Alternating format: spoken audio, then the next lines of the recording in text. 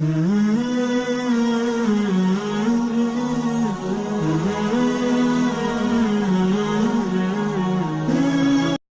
حاجت میں آپ کے سامنے قرآن پاک کی ایک آیت پڑھی. اللہ فرماتے ہیں لا یکلف اللہ نفسا الا وسعها. جب انسان کوئی عمل کرتا ہے، ذکر و اذکار کرتا ہے، نمازیں پڑھتا ہے، تلاوت کرتا ہے، اوراد و وظائف کرتا ہے، تو اس کو ایک حال نصیب ہوتا ہے. اب اس کی دو قسمیں ہیں. ایک حال ہوتا ہے غیر اختیاری اور ایک ہوتا ہے اختیاری.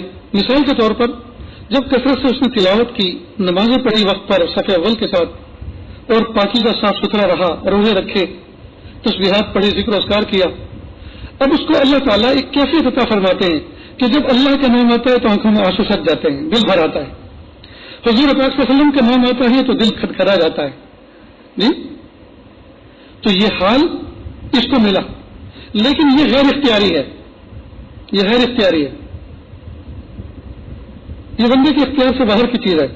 تو اگرچہ حال غیر اختیاری ہے لیکن محبوب ہے.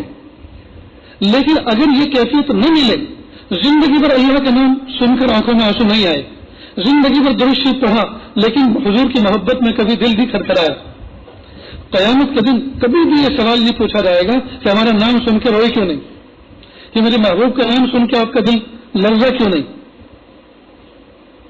تو اگر کیفیت مل جائے یا حال مل جائے تو محبوب ہے لیکن مقصود نہیں ہے.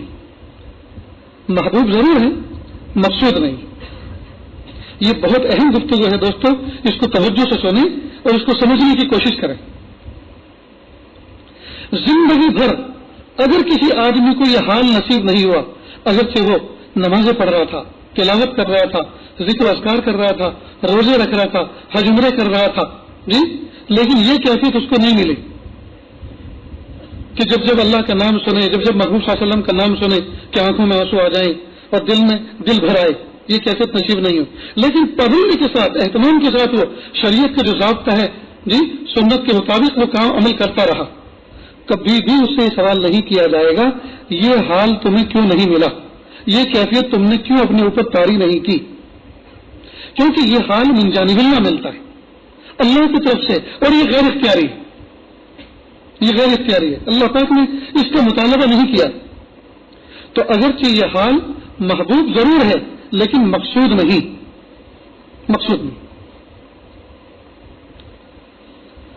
حضرت گنگوئی رحمۃ اللہ علیہ لکھتے ہیں ایک جگہ پر کہ اگر کوئی آدمی زندگی بھر عبادتیں کرتا رہا، طاعت کرتا رہا، ذکر و اذکار کرتا رہا، اور ایک بار بھی اس کو لذت کی کیفیت نہیں ملی تو وہ قابل مبارکباد ہے. اس لیے کہ اگر اس کو لذت کی کیفیت ملتی تو کئی دفعہ وہ عمل لذت کے لیے کرتا، اللہ کی رضا کے لیے نہ کرتا، لذت کے لیے کرتا. اس لیے حاجی امداد اللہ صاحب مہاجر مکی رحمۃ اللہ علیہ کو کسی مرید نے لکھا کہ حضرت پہلے میں ذکر کرتا تھا، بڑا مزہ آتا تھا، ایک کیفیت ہوتی تھی، اب ذکر چھوڑ دیا ہے اس لیے کہ لذت آنا بند ہو گئی ہے. حضرت نے فرمایا عبد اللطف مت بنو، عبد اللطیف بنو. عبد اللطف مت بنو، عبد اللطیف بنو. پہلے لطف کے لیے اور مزے کے لیے کرتے تھے، اب مزے کے لیے مت کرو، مزہ پیدا کرنے والے خالق کے لیے کرو. بہت سے کہتے ہیں پہلے تہجد پڑھتا تھا، بڑا مزہ آتا تھا، اب بالکل مزہ ہی نہیں آتا، اس لیے تہجد چھوٹ گئی. تو مزہ نہ آنے کی وجہ سے چھوڑ دی. معلوم ہوا مزے کے لیے کرتے تھے، مزے کے لیے نہیں کرنا، اللہ کی رضا کے لیے کرنا ہے. مزہ آئے یا نہ آئے، اللہ کی رضا کے لیے کرنا. اس لیے یہ حال بنانا چاہیے اپنا. کئی مرتبہ صرف کیفیت کے پیچھے ہم پڑے ہوئے ہیں، ہم روتے ہیں صرف کیفیت کا. زمانہ ہو گیا، بیت ہوئے، معمولات تو میں کر رہا ہوں لیکن آج تک رونا نہیں آیا. اچھا، اب یہ جو رونا رو رہے ہیں کہ رونا نہیں آیا، تو اس کا مطلب یہ کہ دل تڑپ رہا ہے نا اس بارے میں کہ رونا کیوں نہیں آ رہا، تو دل تو رو رہا ہے نا. یاد رکھنا، آنکھوں کے رونے سے دل کا رونا افضل ہے. جس طرح دل کا ہر عمل افضل ہوتا ہے ظاہری عمل سے، یعنی زبان سے کوئی آدمی ذکر کرے، جی سبحان اللہ یا اللہ، اور دل میں کہے اللہ، تو دل کا اللہ زبان کے مقابلے میں 70 گنا افضل ہے، 70 گنا افضل. تو جس طرح سے دل کا ذکر افضل، اسی طرح دل کا رونا بھی افضل. تو اگرچہ آنکھیں نہیں رو رہی لیکن اس پہ دل تو رو رہا ہے نا کہ آنکھیں کیوں نہیں رو رہی. تو دل کا رونا تو نصیب ہے، تو رونے کی حقیقت تو نصیب ہے. جی جب اس کی حقیقت نصیب ہے تو ظاہری شکل بھی انشاءاللہ نصیب ہو جائے گی. تو ایک حال تو یہ کہ جب بندہ کوئی عمل کرتا ہے، اس عمل کے کرنے پر کئی مرتبہ اللہ رب العزت ایک کیفیت عطا فرماتے ہیں، یہ ہوتا ہے ظاہری حال. تو یہ کیفیت اصل نہیں ہے. اس کو آپ ایسے سمجھیں کہ جس طرح سے ایک بچہ اسکول جاتا ہے، ایک بچہ مدرسے جاتا ہے، کئی مرتبہ مدرسے جانے میں وہ آناکانی کرتا ہے، امی کہتے بیٹا جاؤ نا میں تم کو چاکلیٹ دیتی ہوں. اب وہ جو چاکلیٹ دی وہ اصل نہیں ہے، اصل تم مدرسے مکتب جانا ہے. تو چاکلیٹ تو سہارا بن گیا اس کو وہاں پہنچنے کا. لہذا جب بچہ بڑا ہوتا ہے پھر وہ چاکلیٹ کے لالچ سے نہیں جاتا، اس کی اہمیت کو سمجھتے ہوئے خود جاتا ہے. تو اللہ رب العزت سو اوقات کیفیات بندے کو اس لیے دے دیتے ہیں کہ اس بہانے سے بندہ عادی ہو جائے، اعمال کا عادی ہو جائے. اور کئی مرتبہ اللہ رب العزت اس کو چھین لیتے ہیں، اس کو قرض کی کیفیت بھی کہتے ہیں. اور اللہ یہ دیکھنا چاہتے ہیں کہ یہ میرا بندہ مزے کے لیے کرتا تھا، یہ میری رضا کے لیے کرتا ہے، رضا کے لیے کرتا ہے. تو یہ بات سمجھ گئی اچھی طرح کہ ہمیں کیفیات کے لیے، مزے کے لیے، لذت کے لیے اعمال نہیں کرنا. جی اعمال نہیں کرنا، نہ کسی کو دکھانے کے لیے کرنا، صرف اور صرف اللہ کی رضا کے لیے کرنا. یہ اخلاص کا اعلیٰ مقام ہے دوست، سمجھ گئے. دوسرا حال، جب بندہ کوئی عمل کرتا ہے، جب عمل کرتا ہے تو عمل کرنے میں اس کو رسوخ نصیب ہو جاتا ہے. مثلا شروع میں بچہ نماز پڑھتا ہے، وہ امی ابا کے در سے پڑھتا ہے. گھر میں گیا، امی نے پوچھا نماز پڑھی؟ ابھی نہیں. کیوں نہیں پڑھی؟ جاؤ باہر، کھانا نہیں ملے گا مثلا. اب وہ باہر گیا، ابو نے پوچھا نماز پڑھی کہ نہیں پڑھی؟ کیوں نہیں پڑھی؟ اب ڈانٹ پڑے گی. اب یہ جو نماز پڑھ رہا ہے یہ خوف کی وجہ سے پڑھ رہا ہے، خوف کی وجہ سے پڑھ رہا ہے. پھر نماز پڑھتے پڑھتے یا یوں کہو کہ یہ ریا کے لیے پڑھ رہا ہے. مسجد میں آتا ہے تو چاروں طرف یہ دیکھتا ہے ابو کون سے کونے میں، اس لیے کہ نماز پڑھنی ہے نا، ان کو دکھانا ہے کہ نماز پڑھی ہے میں نے، مجھے پروف کرنا ہے. تو جس دن وہ مسجد میں آیا اور دیکھا ابو نہیں ہے تو اس دن بجائے 2 رکعت کے ایک ہی رکعت پڑھ کے چلایا، اس لیے کہ دیکھنے والی ہستی تو ہے نہیں، دکھاؤں کسے. تو شروع میں بچہ خوف سے پڑھتا ہے یا دکھاوے کے لیے پڑھتا ہے، پھر بعد میں چل کر یہی دکھاوا، یہی خوف اس کی طبیعت ثانیہ بن جاتی ہے. اور بعد میں اس بات کا احساس ہو جاتا ہے مجھے اللہ کو دکھا، اللہ کی بھی پابندی کرنی. پھر اس کی طبیعت ایسی بنتی ہے، اس کا ایک حال بن جاتا ہے. پر حال کیسے بنتا ہے؟ کوئی کہے 50,000 آپ کو دیتا ہوں ظہر کی نماز مت پڑھنا، کہ 50 کیا 50 لاکھ بھی دو گے تو بھی نہیں چھوڑوں گا. تو یہ جو مزاج بنا یہ اس کا حال بن گیا ہے. یہ مطلب ہے، یہ مطلب ہے کہ بندہ اعمال کا پابند بن جائے، اعمال کا پابند بن جائے اور اعمال کو چھوڑنے اس کے اوپر شوق گزرنے لگے. تو یہ حال جو ہے مطلوب ہے، اس کو اللہ سے مانگے کہ پیارے اللہ آپ کے احکام میرا حال بنا دیجیے، میری طبیعت ثانیہ بنا دیجیے، میری طبیعت ثانیہ بنا دیجیے. ایک مرتبہ عاجز لساکا جا رہا تھا، زامبیا کی راجدھانی ہے لساکا. راستے میں ایتھوپیا کی راجدھانی ایڈیس ابابا ایک ملک ہے، یہاں جہاز رکا اور یہاں سے کچھ پیسنجر بیٹھے. ان میں ایک پالم پور کے علاقے کے شخص تھے تو میرے دائیں طرف آ کے بیٹھ گئے. میں نے پوچھا آپ بھی زامبیا جا رہے کہ نہیں؟ یہ وہاں سے ملاوی کی طرف جائے گا تو مجھے وہاں ملاوی جانا. میں نے آپ کہاں کے؟ کہا کہ میں بمبئی کا ہوں، مومن برادری سے میرا تعلق ہے. مومن یہ سر نیم ہے، پالم پور کی طرف جو برادری ہے. خیر بہت سی باتیں چلتی رہی. جہاز جب لینڈ ہوا، زمین پر اترا تو بجائے پراپر لینڈ ہونے کے، اسموتھ لینڈ ہونے کے، وہ ایک دم سے زمین پر آ دھمکا، دھڑام سے، بجائے بہت ہی آرام کے ساتھ، عافیت کے ساتھ، اسموتھ انداز میں اس کے لینڈ ہونے کے، وہ ایک دم زور سے جھٹکے کے ساتھ اترا. اور اتنی زور سے جھٹکے کے ساتھ اترا کہ وہ جو کیبن ہوتے ہیں اوپر جس میں ہینڈ بیگ رکھے جاتے ہیں ان میں سے کئی وہ بھی کھل گئے، کچھ سامان بھی گرا. اب سارے پیسنجر ایک دم سے چلائے اور پائلٹ کو کہا کہ کوئی ٹرک ڈرائیور ہے اور فلاں ہے اور فلاں اس طرح. اور اس نے کوئی معذرت بھی نہیں کی کہ ایسا کیوں ہوا. خیر، تو جس وقت وہ زور سے زمین پر آ کر دھمکا، زور سے جھٹکے کے ساتھ اترا، تو میرے دینی کچھ موضوع پہ گفتگو چل رہی تھی، کچھ مسئلے مسائل پر. تو انہوں نے فرمایا انا للہ، جیسے یعنی ایک دم سے انہونی پہ ہوئی تو فوراً کا انا للہ. تو اس وقت ساجد کے دل میں یہ خیال آیا کہ اس بندے نے چونکہ دین کے راستے میں، اللہ کے راستے میں چل چل کر دین بنایا، اپنے باطن کو بنایا، دین سیکھا ہے، تو برتن سے وہی چھلکتا ہے جو اس کے اندر ہوتا ہے. ایسے موقع پر بجائے آہو بکا یہ چیخ و پکار کے ایسی چیز نکلی جو نکلنی چاہیے تھی غیر اختیاری طور پر، چنانچہ اللہ کو بسایا تو اللہ ہی نکلا تھا. ان اللہ، اتنی خوشی ہوئی کہ مت پوچھی. میرے بھائیوں، ہم اپنے دل کے اندر اللہ کی محبت کو جب داخل کریں گے، جی، جب ہم اللہ تعالیٰ کی مرضیات کے مطابق چلیں گے، اللہ تعالیٰ کے احکام پر عمل کریں گے، تو غیر اختیاری طور پر بھی ہم سے وہی سرزد ہوگا. نہ جانے کتنے مریضوں کے بارے میں سنا گیا کہ وہ ہاسپٹل میں تھے اور بے ہوشی کی حالت تھی، اور جہاں ان کو ہوش ہے فوراً وہ نیت باندھ لیتے تھے.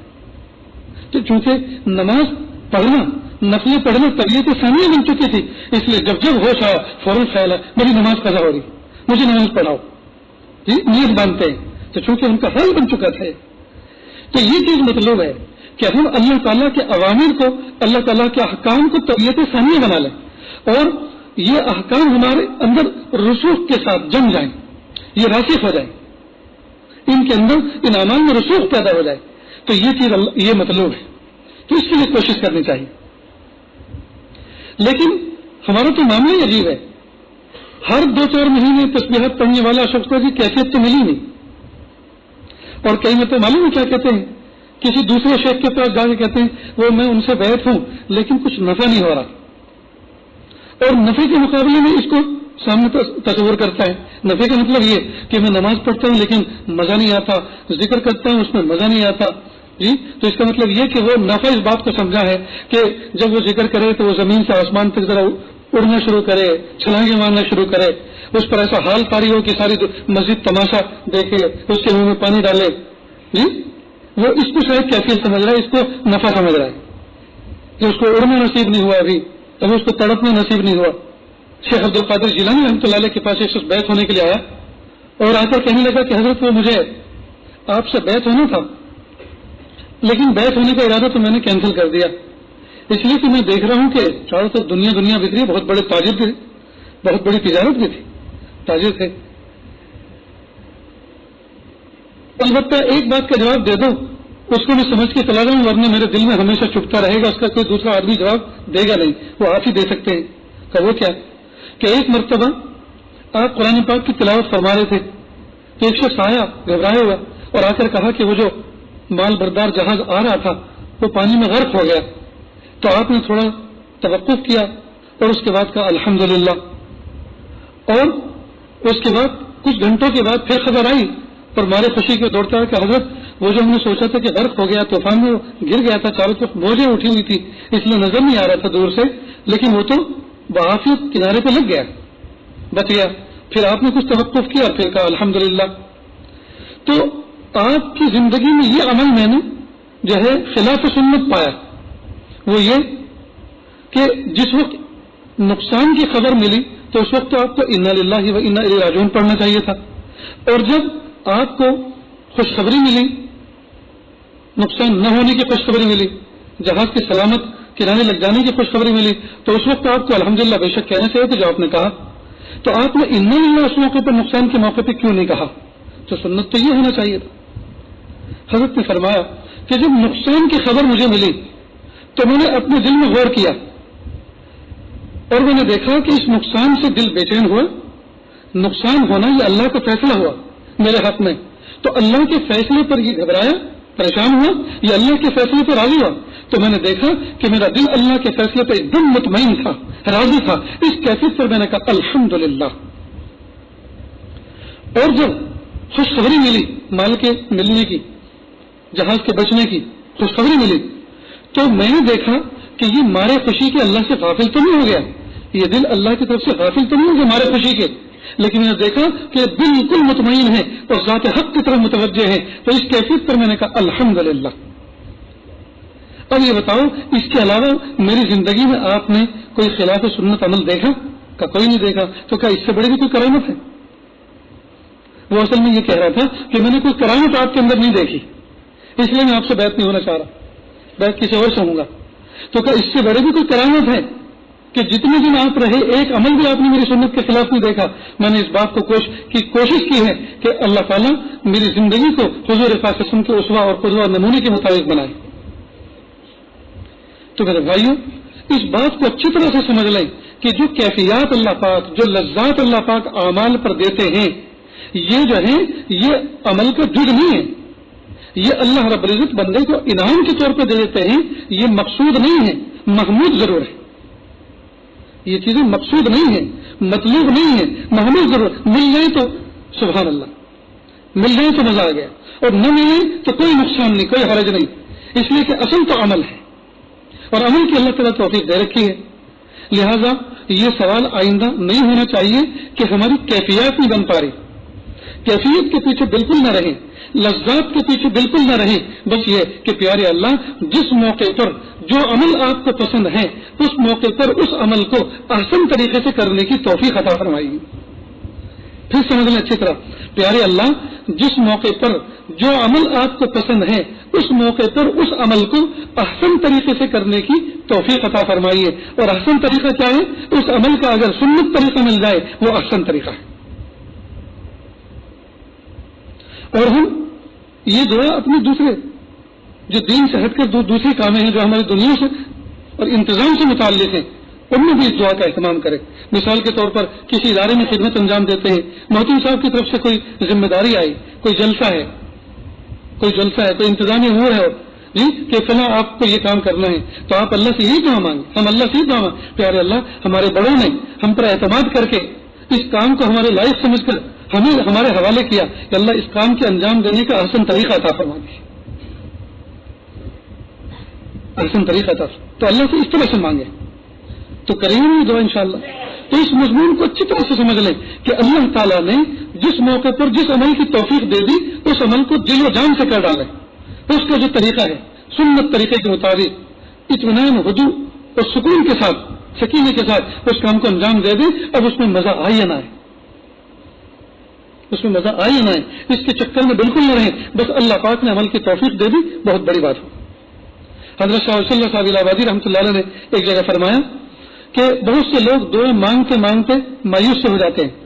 فرمایا اگر ہم زندگی بھر کوئی چیز اللہ سے مانگتے رہے اور وہ چیز اسی شکل میں ہمیں ملتی ہوئی نظر نہ آئی، حالانکہ آئی ممکن ہے کہ جو چیز ہم نے مانگی اللہ پاک نے اس کا بدل کسی اور شکل میں دے دیا، لیکن چونکہ چیخ چلا کر نہیں دیا جاتا، بتا کر نہیں دیا جاتا، تو ہمیں پتہ نہیں چلتا، اور ہم یہ بدگمانوں سے سوچتے ہیں کہ اللہ نے جو مانگا تھا وہ تو دیا ہی نہیں. بھائی اگر ہم سب کے سب ہیلی کاپٹر مانگیں جی اور سب کو مل جائیں تو کیسے آڑے ٹیڑے اڑیں گے، سب کے سب مریں گے اور ماریں گے جی. تو اس موضوع پر کئی مرتبہ گفتگو ہو چکی ہے کہ دعا کس طرح سے کی جائے. اور دعا جو مانگی جاتی ہے اللہ نے جو فرمایا وہ دعونی استجب لکم، مانگو مجھ سے میں دوں گا تم کو. تو اس کا مطلب یہ ہرگز نہیں کہ جو مانگو جس وقت مانگو، جو مانگو وہی دیں گے، جس وقت مانگو اسی وقت دیں گے، نہیں. اور اللہ پاک نے دعا کو اسی فارم میں نہ دے کر بہت بڑا کرم کیا ہے. ورنہ نہ جانے کتنے لوگ ہیں جو اپنی بیوی کی موت مانگتے اور دوسروں کے شوہروں کی موت مانگتے اور پھر کہتے کہ وہ اب ہمیں دے دیجیے. اس لیے کہ جب اللہ پاک نے دعا قبول کرنے کا وعدہ کیا، اس کا مطلب ہے کہ ساری دعائیں قبول ہو رہی اسی فارمیٹ میں، اسی انداز میں جیسے مانگ رہے. ایسا نہیں ہے، اللہ حاکم بھی اور اللہ حکیم بھی ہے. تو اگر ہم کوئی عمل کر رہے ہیں اور اس میں لذت نہیں آ رہی تو بالکل مطمئن رہیں کہ اگر اللہ پاک نے عمل کی توفیق تو دی ہے. تو حضرت شاہ ولی اللہ صاحب الہ آبادی رحمۃ اللہ نے فرمایا اگر زندگی بھر ہم کوئی دعا مانگتے رہیں اور جس انداز میں ہم مانگ رہے ہیں اسی شکل میں وہ دعا قبول ہوتے ہوئے نظر نہیں آ رہی تو خوش ہو جائیے. اگر آپ کا دعا مانگتے مانگتے زندگی کا اختتام ہو جائے تو خوش ہو جائیے کہ آپ نے اللہ کے ایک حکم پہ تو عمل کر دکھایا، اور وہ کیا؟ ادعونی استجب لکم، مانگو مجھ سے میں دوں گا تم کو.